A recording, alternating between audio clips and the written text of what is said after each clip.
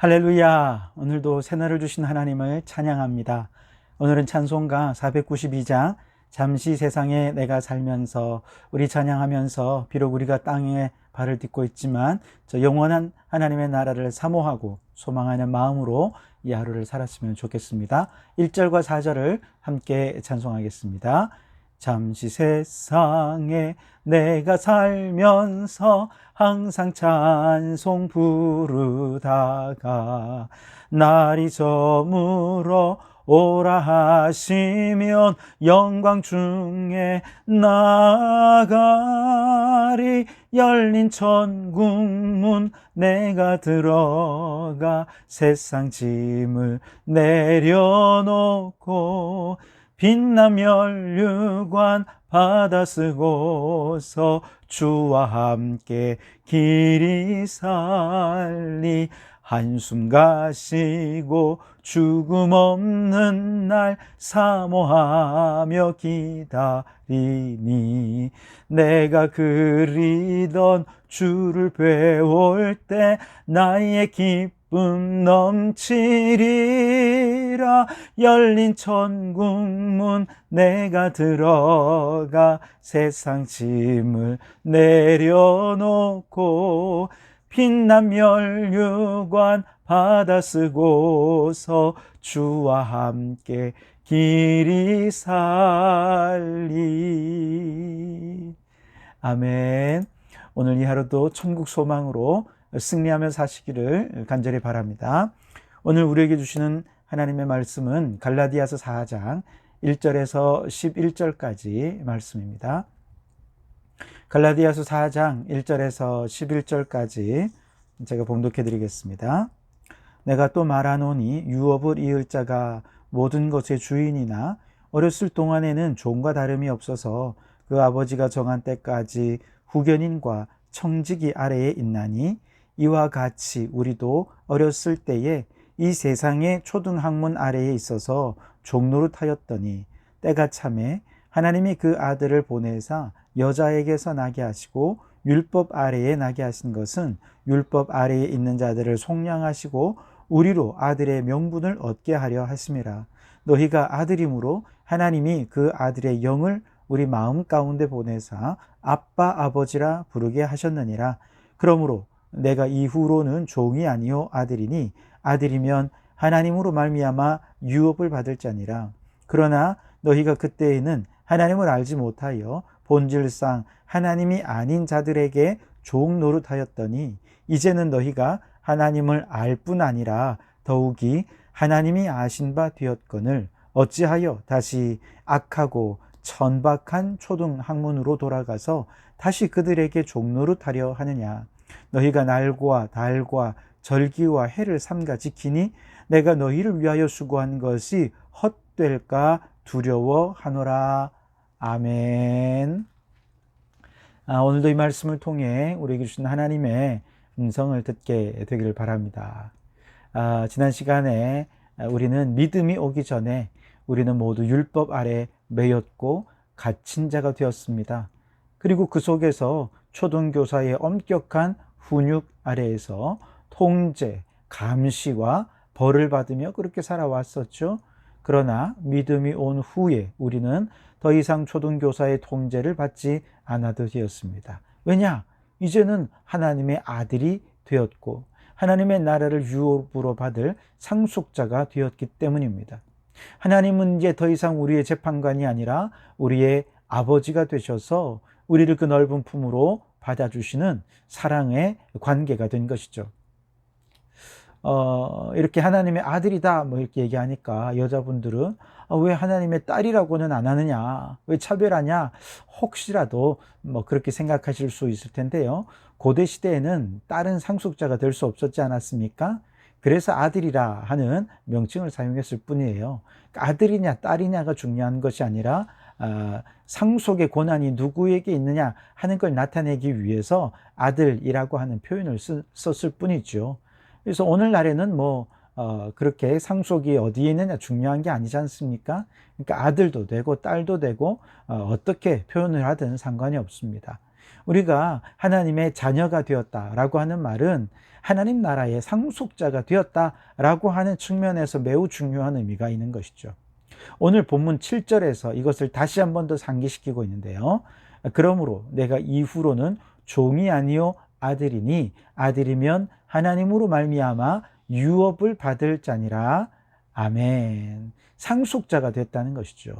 자, 그러나 아들이 되었다고 해서 곧바로 유업을 받고 상속자로서 이제 모든 재산을 물려받느냐? 그렇진 않죠. 아버지의 재산이 아들의 재산으로 물려지기까지는 많은 시간이 필요합니다. 고대 시대에도 최소한 25살은 되어야 아버지의 재산을 관리할 수 있고, 또 아버지가 돌아가신 이후에야 그 유산을 물려받을 수 있기 때문에 그 전까지는 아버지가 고용한 후견인과 청지기의 지도 아래 있을 수밖에 없었던 것이죠. 그래서 1절과 2절 다시 보시면 내가 또 말하노니 유업을 이을 자가 모든 것의 주인이나 어렸을 동안에는 종과 다름이 없어서 그 아버지가 정한 때까지 후견인과 청지기 아래에 있나니, 그렇게 말씀하시죠. 물론 25살 이후에도 아버지가 건강하고 건재하시다면 아들은 아버지의 재산에 손도 못 댈 겁니다. 그렇다 하더라도 분명한 거 한 가지는 있습니다. 아들은 상속자로 예정되어 있다는 사실입니다. 이건 변할 수가 없어요. 상속자가 아니라면 굳이 초등교사를 두어서 훈육하거나 통제하거나 지도할 필요가 없죠. 상속자가 아니라면 후견인과 청지기의 지도를 받을 이유가 없는 것입니다.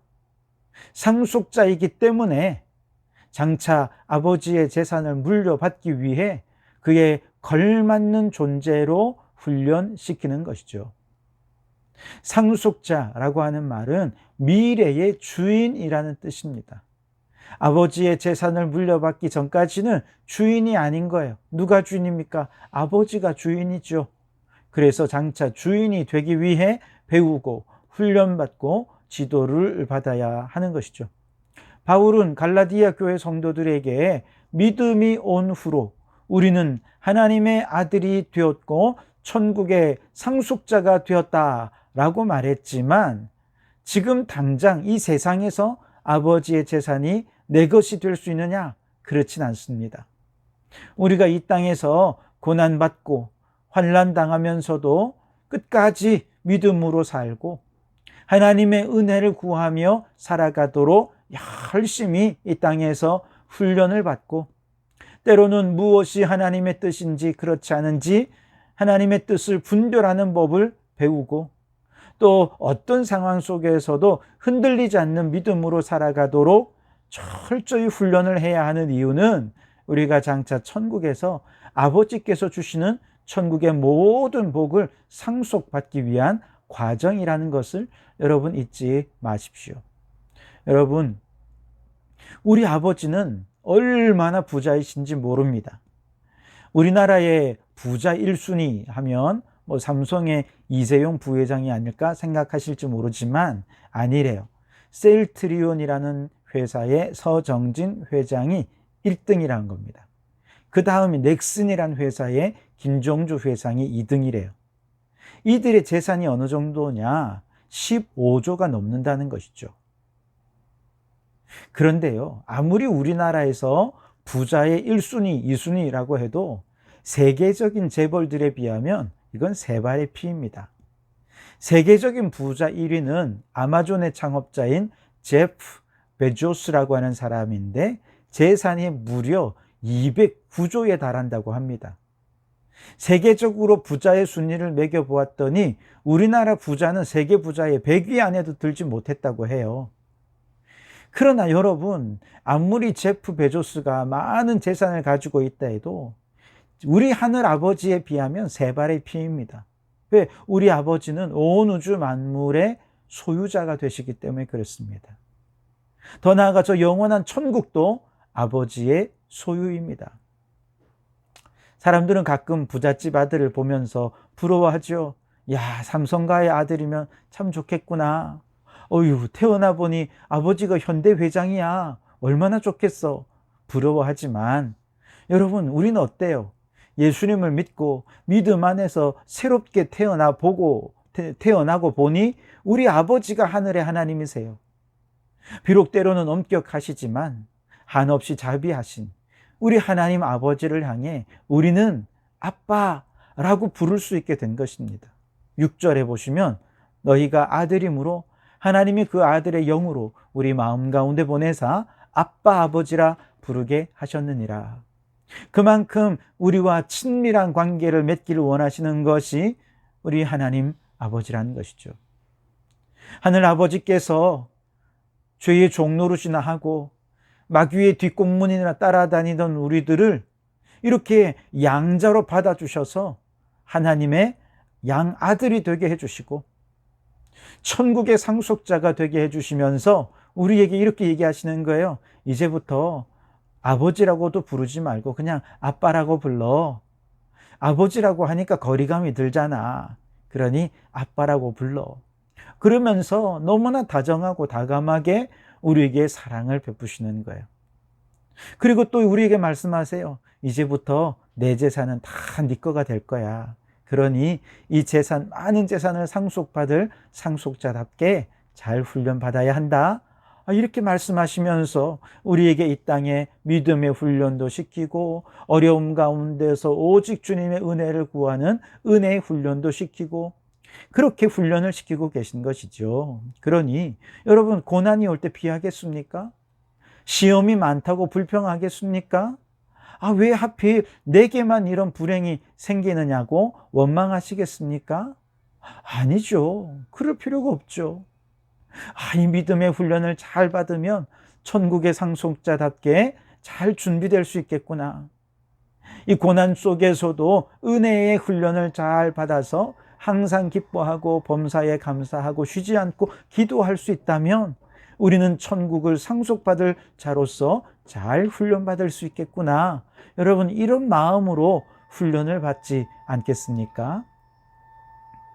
그런데 갈라디아 교회에 가만히 들어온 거짓 형제들은요, 상속자가 되려면 믿음만으로는 안 돼. 은혜만 가지고는 안 되고 할례를 받아야 해. 율법도 잘 지켜야 해. 안식일도 지키고 유월절, 초막절, 맥주절, 절기도 잘 지켜야 하고 그래야 상속자답게 세워질 수 있어 라고 하면서 다시 악하고 천박한 초등학문으로 초등교사의 통제 아래로 우리를 돌아가도록 미혹하고 있는 거예요. 8절에서 10절을 보십시오. 그러나 너희가 그때에는 하나님을 알지 못하여 본질상 하나님이 아닌 자들에게 종노릇하였더니 이제는 너희가 하나님을 알 뿐 아니라 더욱이 하나님이 아신 바 되었거늘 어찌하여 다시 악하고 천박한 초등학문으로 돌아가서 다시 그들에게 종노릇하려 하느냐. 너무 안타까운 것 아니겠습니까? 상속자 훈련은 한마디로 믿음 훈련, 은혜 훈련이지요. 모든 순간 하나님을 은혜를 의지하고 어떤 상황 속에서도 흔들림 없는 믿음으로 살면 천국의 상속자가 될 수 있어요. 그런데 거짓 형제들은 믿음이나 은혜 훈련은 안 된다. 이것만으로는 안 되고 그것도 중요한데 인간의 공로도 필요하다 하면서 율법을 훈련시키고 인간의 공로를 의지하도록 하는데 이건 마치 악하고 천박한 초등학문으로 돌아가는 것이고 다시금 초등교사의 지배와 통제 아래 들어가는 것이고 다시 마귀의 종노릇하는 것이 된다라고 하는 것이죠. 지금까지 바울이 해산하는 수고를 하면서 영혼까지 갈아 넣어서 한 사람 한 사람 오직 믿음, 오직 은혜의 복음으로 구원의 길로 안내했고 이렇게 교회도 세우지 않았습니까? 그 이전에 우리 예수님은 어떻습니까? 우리를 이렇게 양아들로 삼기 위해서 예수님께서 이 땅 가운데 오셔서 육신의 몸을 입고 그리고 십자가 위에서 온 몸에 물과 피를 다 쏟으시면서 그렇게 우리를 위하여 희생하지 않으셨습니까? 그런데 이제 와서 다시 율법의 초등교사로 감시하고 통제하는 옛 삶으로 돌아가려 한다면 이것은 모든 수고를 헛되게 만드는 거예요. 예수님의 수고를 헛되게 만들고 바울이 교회를 위해 행한 모든 수고를 헛되게 만드는 것이죠. 11절에 너희가 날과 달과 절기와 해를 삼가 지키니 내가 너희를 위하여 수고한 것이 헛될까 두려워하노라. 그렇습니다, 여러분. 상속자 훈련에 필요한 것은요, 오직 믿음, 오직 은혜 훈련이면 충분합니다. 인간의 공로를 주장하면서 주님이 우리를 위해 십자가에서 흘리신 보혈을 헛되이 만들지 마십시오. 우리 모든 성도들이 이처럼 이 땅에 살면서 우리의 남은 생 내내 오직 믿음으로, 오직 은혜로 살아가는 훈련에 집중하셔서 천국의 상속자답게 성숙해가는 우리 성도들이 되어 가시기를 주님의 이름으로 축원합니다. 기도하시겠습니다. 하나님 아버지, 참으로 감사합니다. 마귀의 종노릇하고 마귀 뒷공문이나 쫓아다니던 우리들을 예수 보혈의 공로로 하나님의 자녀 삼아 주시니 감사합니다. 이렇게 자녀 삼아 주신 것만도 감사한데 천국의 상속자의 놀라운 권한을 우리에게 허락해 주시고 상속자답게 훈련시켜 주시니 감사합니다. 이 훈련은 오직 믿음, 오직 은혜 훈련이면 족합니다. 인간의 공로나 인간의 노력은 아무런 의미가 없습니다.